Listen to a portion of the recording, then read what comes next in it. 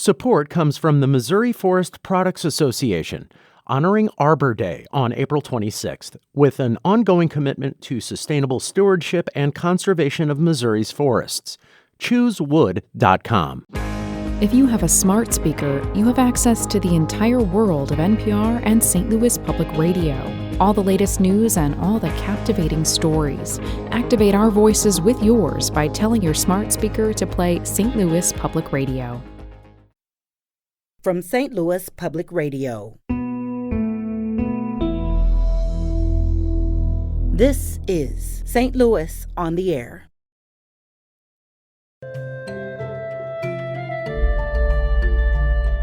Went into his study where there was a bureau, and he got out these medals. There's sound effects of trucks moving in the night before and tanks moving in. There's fake radio deceptions. There's phony headquarters. There's people impersonating generals. I mean, it's like a full-scale stage production, only it's on the battlefield. If you're trying to draw enemy attention with inflatable tanks and sound effects and illusion, but you don't have any weapons of your own, you're in a pretty slippery spot. Meeting these guys, getting to know them, getting to tell their story, getting to advocate for them, turns out to be the great honor of my life. I'm Sarah Fensky.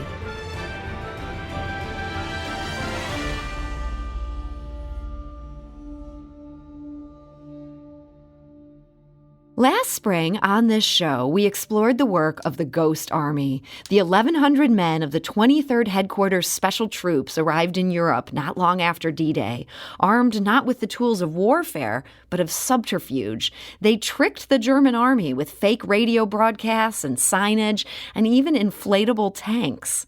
But after the war, they returned home under strict orders never to speak of their deceptions. Carolyn Spence-Cagle of Lampe, Missouri, is the daughter of a man who served in the Ghost Army. She said that her father took that admonition to heart. My father was pretty much, he was a straight and narrow guy for the most part, and he was told when he left the Ghost Army that he was to not utter a breath or any words about what he did in the war. And Joseph Spence kept his silence all the way up until 1996. That's when the Ghost Army's exploits were finally declassified.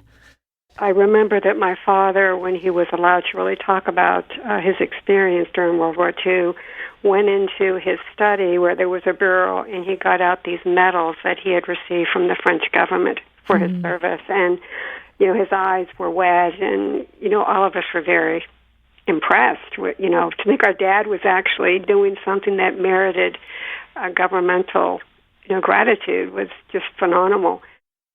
Now, like most members of the Greatest Generation, Joseph Spence has since passed away.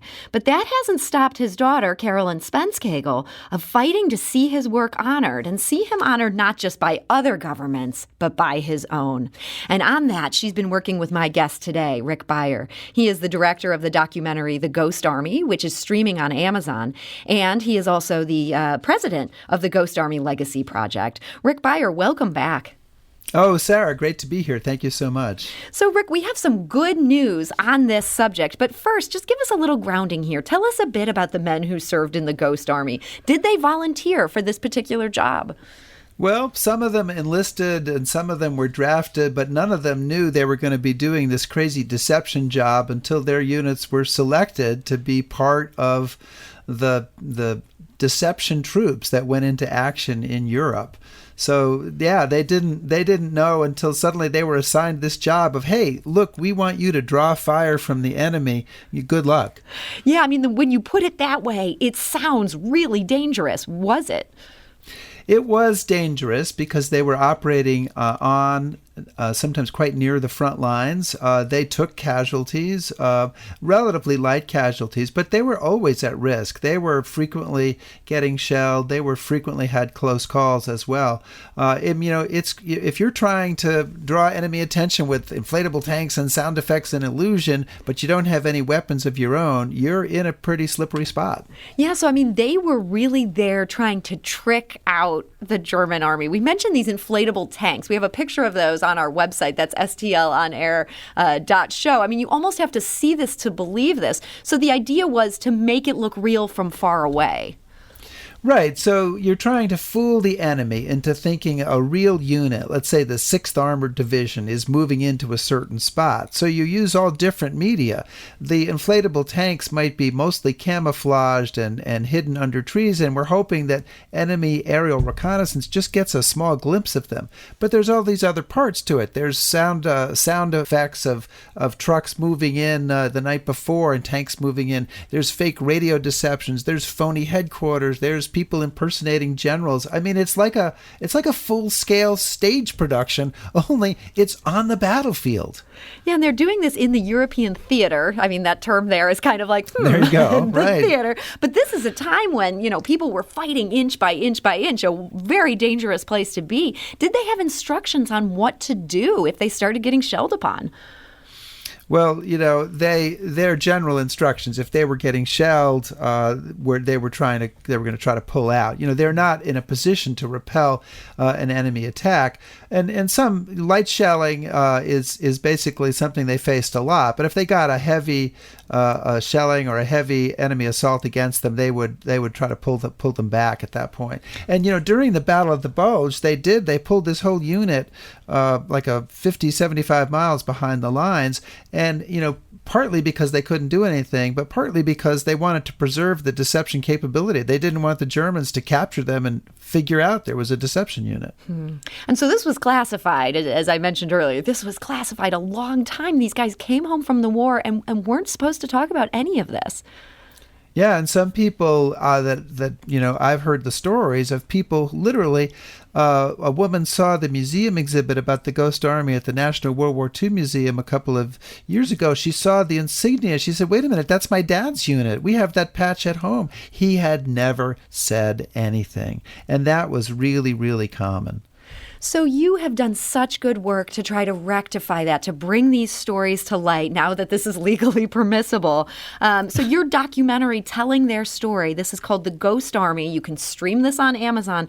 This came out in 2013. At the point that you brought this documentary to the world, told this story, did you think you'd spend the next 9 years of your life staying on this story and frankly trying to advocate for these men? No, it's funny because you've hit it exactly. I sat there watching the documentary air on PBS back in 2013, and I said, "Oh, look, I'm done. I'm done with the Ghost Army. That's great. What's next?" And I had no idea that the Ghost Army had gotten its claws into me, and it would continue on for so long. But look, it's been amazing because meeting these guys, getting to know them, getting to tell their story, getting to advocate for them, turns out to be the great honor of my life. I mean, it turns out to, I didn't know it going in, it turns out to be my life's work. And so I feel exceptionally lucky that this has taken place. And so that life's work has been a campaign of education, but that education has also had a purpose. What has been your goal as you've sort of continued to bring this, not just to the public, but to lawmakers? Well, our broad goal has always been to get this unit recognized, to get people to know the story and to honor them for what they did. And as part of that, we decided 7 years ago, I decided that I would try to lobby Congress to get this unit awarded a Congressional Gold Medal because they were not honored, I think, appropriately at the time during World War II because they were so secret. So I set out with some other people, including Carolyn, who you had on earlier, and increasing amount of other people, to try to convince Congress to award them a Congressional Gold Medal. And that goal, Sarah, as you know, was achieved last week when President Biden signed into law the Ghost Army Congressional Gold Medal Act. And I have to tell you, that was quite a journey trying to make that happen, and I'm still can't quite believe that it actually did. Yeah. I mean, it's just a wonderful ending to this story that kind of just didn't have resolution for so long. It's a Hollywood ending to the story, right? So you built support for this state by state by state. And I feel like Missouri played a role in this. In 2020, Missouri named June 6th Ghost Army Recognition Day. Is that something that was happening in other states around the country at that same time? There were a few states that looked at doing that, and some legislation that passed in different places. But Missouri is the only one that ended up actually going all the way, and that's thanks to Dean Dorman in the legislature who really made that happen. Lobbying Congress I didn't think that I was going to become an expert lobbyist in this process, but I guess I am. And lobbying Congress is very interesting because Congress essentially consists of 535 independent businesses under one roof. Ooh. Every congressional office is an independent business with a staff and a boss and a culture and a different way of doing things. And in order to pass this legislation, we needed co-sponsors, so we literally needed to convince 350 of those offices, one by one, to support this bill. And so that's a work that took dozens and dozens of people working for years to make that happen. Boy, it's kind of amazing because this seems like the ultimate no-brainer. We're talking about the greatest generation, guys that weren't honored in their own time and deserve this. And yet, this really was, you're in the trenches for a long time working on this. I literally have a note in front of me on my outline that says there is no such thing as a no-brainer, because this phrase used to come up so much. People say, well, it's a no-brainer. But if you're a congressional office, nothing is a no-brainer, and you have to look at everything carefully. You've got 100 competing things coming in. You've got an avalanche of emails and phone calls trying to get their attention, convince them it's a good idea, and move it all the way forward. Yeah, it's a heavy lift, even on something, nobody opposed this on the merits. Nobody said the Ghost Army doesn't deserve this medal, but it's just hard. It's just hard work. Well, congratulations on this. We're so happy. And we do want to mention, if people are interested in watching this Congressional Medal Ceremony, it takes place this Sunday. That's 1 p.m. Central Time. You can stream it live on YouTube. We have the link, the YouTube link you'll need to go to. That's linked on our website, stlonair.show. And Rick, this brings me to a bittersweet part of this. You were working on this so hard for so many years, but at the time that you're working on this, we were losing members of the Ghost Army left and right. It's not just Joseph Spence. So many of these men are gone. Does that make this kind of bittersweet? Oh, it does. It does. There's only 10 veterans left out of more than 1,300 who took part. And, I made my documentary film, and every person I interviewed for that film is gone. They're gone. It's the Ghost Army's become an army of ghosts. But Sarah, I think it's important not just for the soldiers themselves and for their families, but it's kind of, we owe it to ourselves to honor this unit, to recognize the role of creativity and performance and illusion and creative thinking on the battlefield, and say, well, this is something we want to honor and preserve as an inspiration to us all. Mm-hmm. And for those surviving members, do you know, will many of them be there on Sunday for the ceremony? Oh, I think on Sunday for our live cast, I think we will have 7 or 8 out of the 10 surviving veterans will be there with us. I think that's going to be the best part, is to kind of get some of their thoughts. And also, we're going to present them all these congratulatory messages from senators and congressmen and other people. I want them to understand what a big deal this really is, and to appreciate that and appreciate how they are appreciated. And that is a big deal. If you want to catch this for yourself, again, this is 1 p.m. Central Time on Sunday. That link is on our website, stlonair.show. Rick Beyer, thank you so much for joining us today. My great pleasure. Thank you. Rick is the president of the Ghost Army Legacy Project and director of the Ghost Army. You can stream the Ghost Army on Amazon. Highly recommend that one.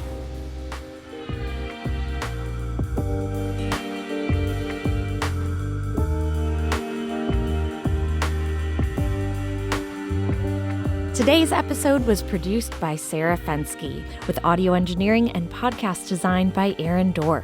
Our executive producer is Alex Hoyer. St. Louis on the Air is a production of St. Louis Public Radio. Understanding starts here. If you learned something new from today's episode, consider leaving us a review and rating on Apple Podcasts on the App Store. It's the easiest way to help people discover our show. We appreciate it. Thank you. St. Louis Public Radio is a member-supported service of the University of Missouri, St. Louis.